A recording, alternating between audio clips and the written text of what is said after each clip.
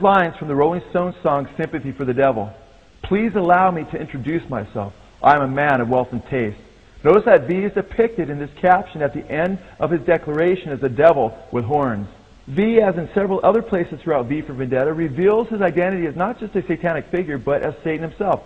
Sympathy for the Devil is the first-person narrative in which the words leave no doubt as to who is supposed to be singing. Members of a local Christian youth group are gathering in Raleigh tonight to protest a new movie.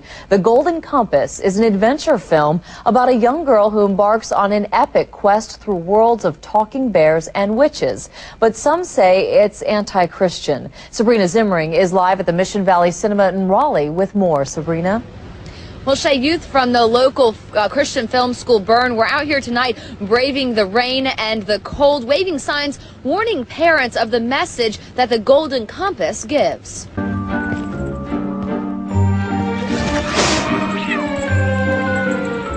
That's odd. She acted as though she'd never seen a person's demon before. Come on, Pan. In Lyra's world, which is a parallel universe to our own, you're never alone. You always have this companion for life who is every other facet of you. Look, Pan. It says I mustn't let Mrs. Coulter get hold of it, or we'll all die. Everybody has this animal, a demon, which represents their inner person, who they are. Who's she? People can talk with their demons. Dunno.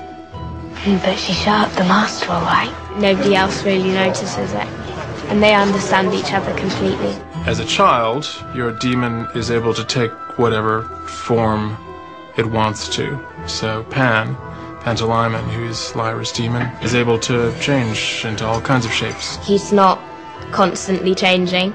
It depends on whatever her mood is and how she's feeling. I will not have my niece slithering round like an alley cat. Behave yourself. Yeah! Pan really is the mirror, they're the mirror image of Lyra. I think having a demon is like, instead of wearing your heart on your sleeve, it's your heart walking side by you.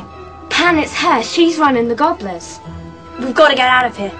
I think the demon is the voice inside your head, your sort of gut feeling, saying, oh, maybe you shouldn't do that. And that's what the demons are, except they just express it out loud and they're visible, they're out there. When you get to puberty, when you sort of become an adult, it fixes shape, and that's the person you are. Lord Asriel has a snow leopard, and that's who his inner self is. The worst thing that could happen is that someone would take your demon away from you.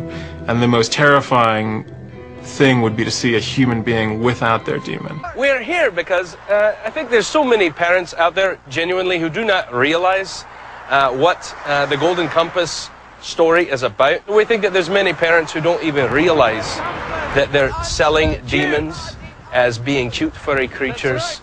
They don't realize that the goal of this little girl is actually deicide. The story tracks a little girl that sets out on an adventurous quest that lands her in conflict with a sinister group called the Magisterium. The Magisterium in the movie is an oppressive group of people who dress in church-like robes and make pronouncements about the way people should behave. Some have inferred that the Magisterium is the teaching authority of the church. Magisterium is actually the real term for the Pope and his Council of Bishops.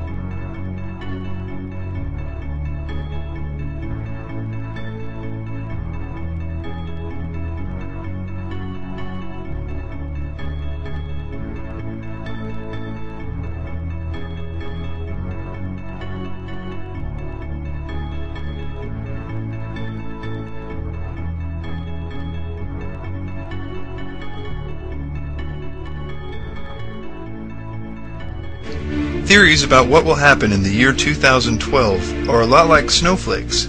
No two are alike. I've found while doing the research for this presentation that there is in fact a reason that there is so much disagreement among researchers about what is supposed to happen in the year 2012. Let's start with a very common claim that on December 21st, 2012, there will be some kind of alignment with the center of our galaxy. There are two main versions to this part of the theory.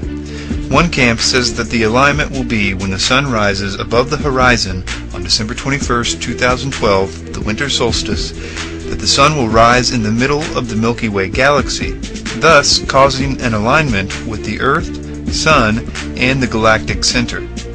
And it does in fact seem to do this, more or less. You can verify this with an astronomy program. There are, however, at least two problems with this. This event is only significant from the Earth's point of view. The precession cycle, or the roughly 26,000-year wobble of the Earth, only causes the effect of the stars changing position on the horizon, and therefore only the effect of a galactic alignment. If you were viewing this from anywhere else in the solar system, it would be totally insignificant.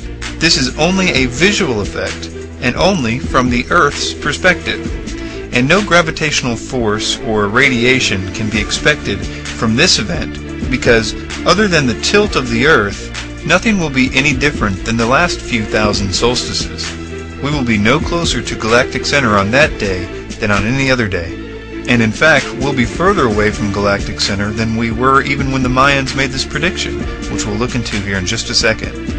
But if the Mayans did in fact point to this event with their calendar, which we will also look into later, it should be noted how totally harmless and insignificant the event is, other than if Earth-based people gave significance to it, either for timekeeping or for religious reasons.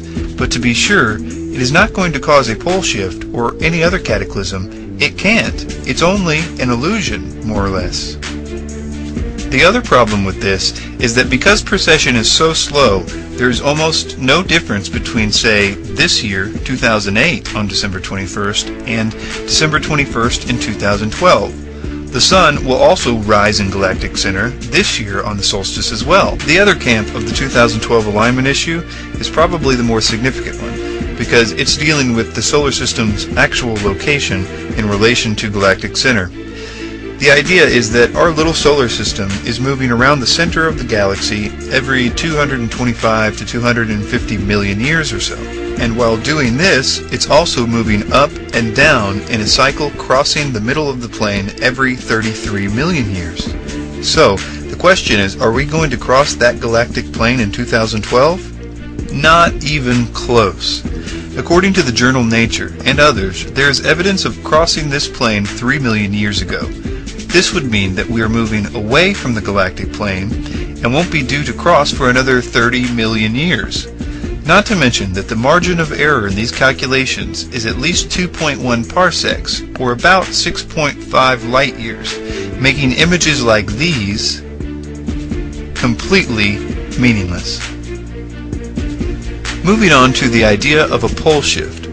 Although many theorists disagree on whether this pole shift will be magnetic or a physical shifting of the crust of the Earth, the reason for this happening in or around 2012 is usually cited as one of the following reasons: planetary alignment, Planet X or Nibiru and its comet's tail, a tremendous sun flare, or an asteroid. The first one is easy enough. There is no planetary alignment on December 21st, 2012. This is what the planets will look like on that date. Let's take a look at some of the Planet X theories. The idea of Nibiru, or Planet X, is traced back to Zecharia Sitchin and his translations of the Sumerian texts, and specifically to his interpretation of VA243 cylinder seal, which he says shows that the Sumerians knew of 12 planets, minus the sun and the moon, which they considered planets, and this would mean that there is another planet. His interpretation of the seal is wrong. The Sumerians have an unambiguous symbol for the sun, a circle with 4 triangles around it, like rays, and squiggly lines between the triangles. That is emphatically not the symbol in the seal. The symbol used in the seal is that of a bright star. This symbol for stars is very commonly used, and this is the symbol that we have in the seal. So even Sitchin's basic premise is wrong. Sitchin claims that the picture shows Uranus, Neptune, and Pluto too, but the Sumerians didn't have telescopes and therefore could only have known about those planets if aliens told them about their existence.